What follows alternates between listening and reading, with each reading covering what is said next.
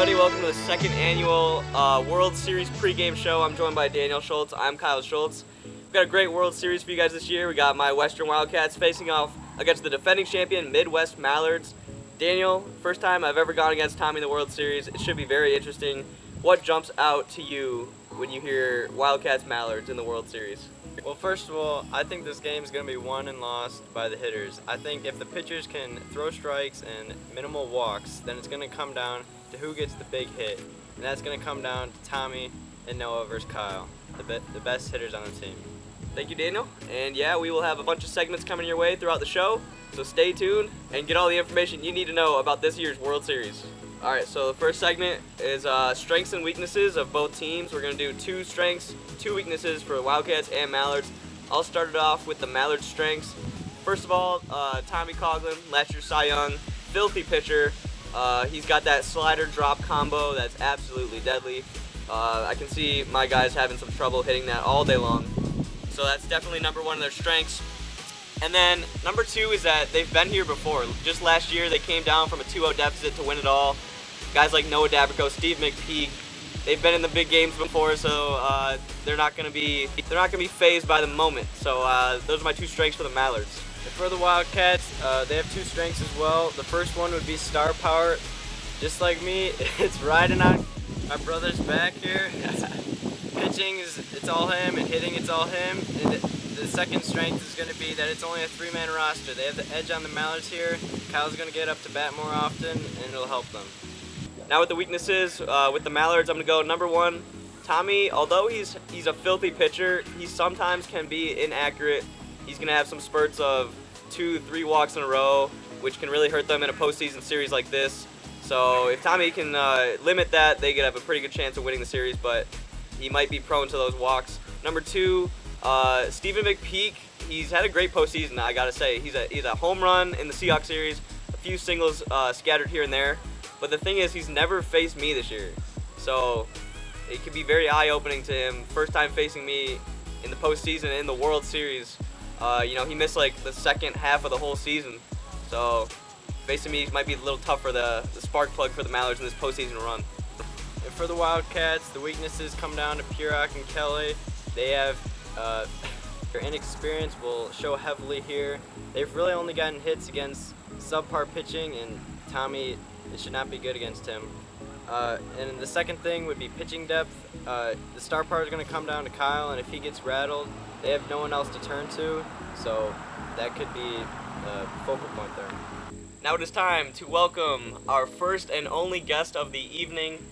We got a 4-time MLW champion, Tommy Coughlin of the Midwest Mallards. Tommy, how are you? I'm doing pretty good. How about yourself? Pretty good. Thank you for coming on MLW pregame show, World Series edition. No, not a problem. So this is kind of awkward. I'm playing you in the World Series tonight. What jumps out to you when you hear Wildcats Mallards?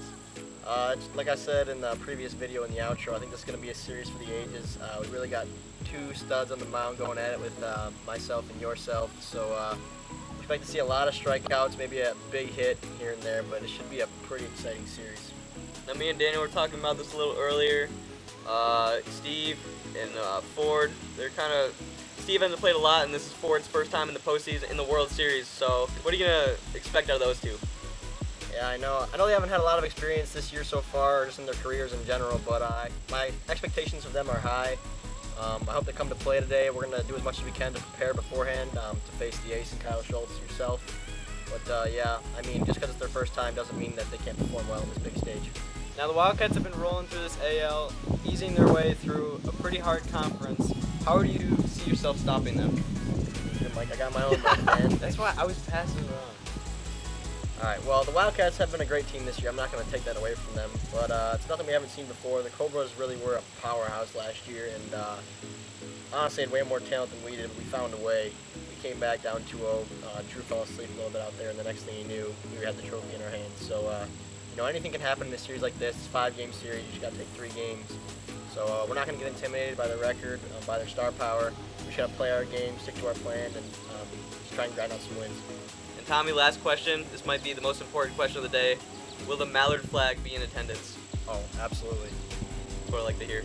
Mallards fans should be very happy about that. Tommy, thank you for joining us. No problem. Not a problem at all. Hey, Quack Attack, go Mallards. Not a flag, it's just bandanas. So for our next segment, last year you saw 5 bold statements, but this year we're going to narrow it down, and we're going to do 3 extremely bold statements. So Daniel, lead us off with number 1. You know, Noah's not going to be very happy with me, but, you know, he didn't get a hit off me, and he barely got any hits off the Seahawks. I'm going to go with he doesn't get a hit. He's been looking for walks, hasn't been his MVP self at the plate, and I haven't seen it. Number 2, my man Ryan Kelly is going to hit a homer off Tommy Coughlin. You know, he's been looking for walks all postseason long, so maybe Tommy will serve him up a meatball thinking he's not going to swing, and he's just going to unload on that thing and just launch it 200 feet. And for the third one, I think the Mallards with their thin lineup, I think Austin Ford will finally break out and he'll hit a home run in a key situation and finally break out and maybe be a star player someday. Wow. All right, last segment of the day. I'm going to come up with 3 key factors that this series will come down to, and then Daniel's going to give the prediction. So number 1, Tommy's walks. I mean, if he limits them, Mallards have a great chance to win this series, and I mean that. He's a filthy pitcher, but that's the one thing that could hurt them, so Tommy's walks. Second, it's going to come down to how well I hit the ball. Lately, I've been hitting really well, hit a grand slam in the last series. I've been seeing it well, so it's going to come down to whether I can contribute at the plate very much. And number 3, it's whoever has more heart. I mean, you see guys like Noah Dabrico out there balling out. You got Zach Pirak, who he just plays his heart out.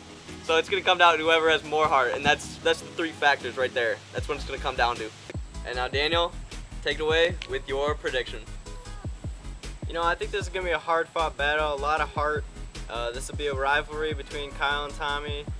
It's going to be really tough. We're going to have to see whose depth really emerges, but it's going to come down to the big hits because we know that the pitching's going to be there.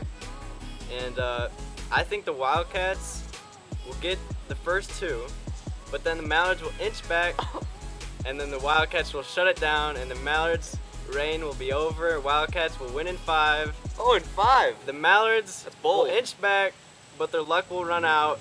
You know, they've gotten through the Seahawks barely, they've gotten through the Eagles barely. They've won every single playoff series with the Mallards, but I think now it's finally over. Man, if this thing goes 5 games, just rest in peace to me and Tommy's arms. We've been throwing so many pitches over this past week that we'd probably be dead. So hopefully it doesn't go 5, but we'll see. You never know what's going to happen. And with that, that's going to do it for our 2nd annual World Series pregame show. Daniel, thank you for co-commentating. Got to thank Tommy Coughlin for joining the show. World Series games coming throughout this whole week and next week too. I don't know. We haven't filmed the series yet, so I don't know how long the series is going to go. But yeah, those games will be on YouTube. Follow our Instagram for all the updates. Thank you for watching.